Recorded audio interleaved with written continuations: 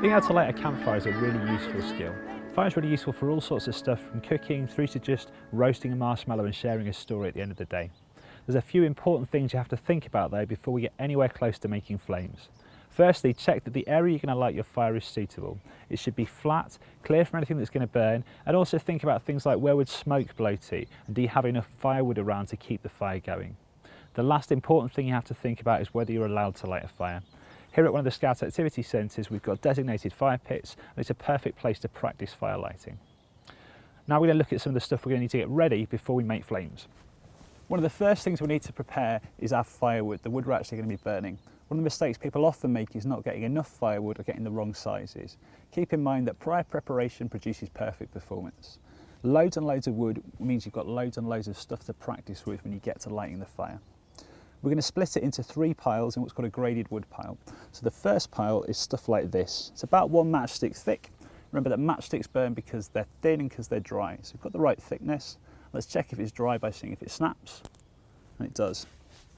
The next pile of stuff is a bit thicker, probably 2 or 3 matchsticks thick, and we want a good fist-sized handful of that. The third pile is stuff that's a bit thicker. It's stuff that's going to build up our fire so we can add on larger fuel and make it into a proper campfire. For today, we're just going to use stuff that's about the thickness of my thumb.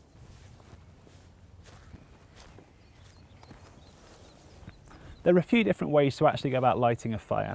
Today we're going to look at 2 of them. The first way is to use one of these. This is a Flint and Steel.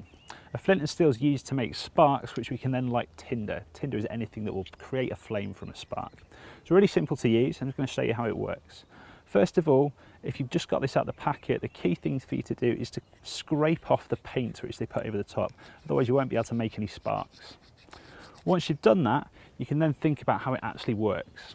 So this section, the flint, is really soft. This steel section is hard, and as you scrape it over the top, little metal shavings will come off and they'll be so hot that they create actual sparks. So what we're trying to do is to scrape the top layer off the flint.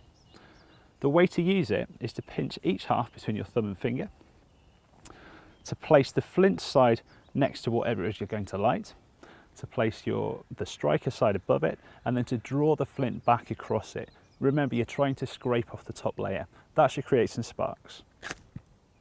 Now that we know how to make sparks, we need to think about how we use those to light something. Anything that lights from a spark is called tinder, and today we're just going to use cotton wool. Really important thing to remember is how the fire triangle works. If you don't know what the fire triangle is, it's a theory about how fire burns.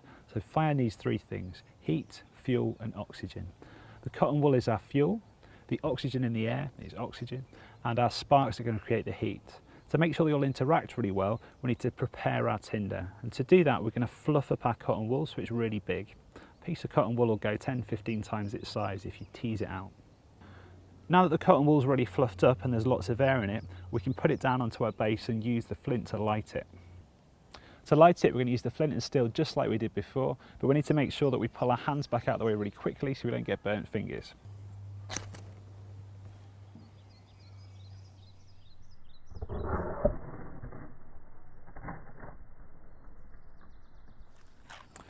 The other thing we can use is a match. The best way to use a match is to pinch it between your thumb and 3rd finger, put your 2nd finger no closer to the head to support it so it doesn't snap, and then strike it along the face of the matchbox. As you do that, then cradle it to stop the match going out. We're now going to think about how to actually light a fire, and the key to that is building the right structure so the fire burns. To do that, we're going to make sure we've got a nice dry base to put stuff on. So here we've put down some bark, and then going to start to put together that wood pile, that graded wood pile, so it'll light really easily.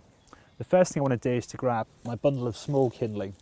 I'm going to use the whole bundle together rather than individual pieces. That way, as one piece catches, the next piece will catch as a chain reaction.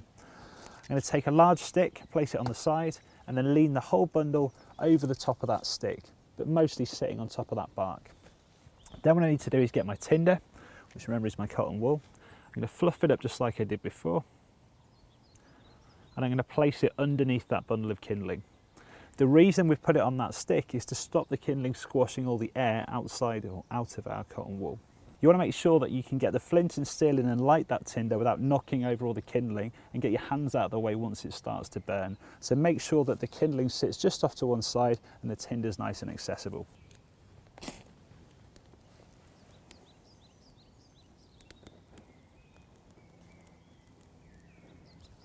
Now that it's burning, we just need to leave that so the flames travel through that bundle of wood before we're ready to add on the next pile of kindling. When the flames start coming out the top, it's time to add more fuel. Grab the entire second bundle and lay it across the top at a slight angle, making sure to keep your hands out of the way of the flames. And again, let those flames travel through.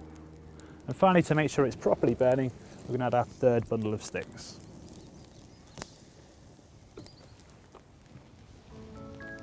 Now that the fire's burning, we can keep adding bigger and bigger pieces of fuel, so we're ready to start cooking some marshmallows. Give it a blow, give it a blow.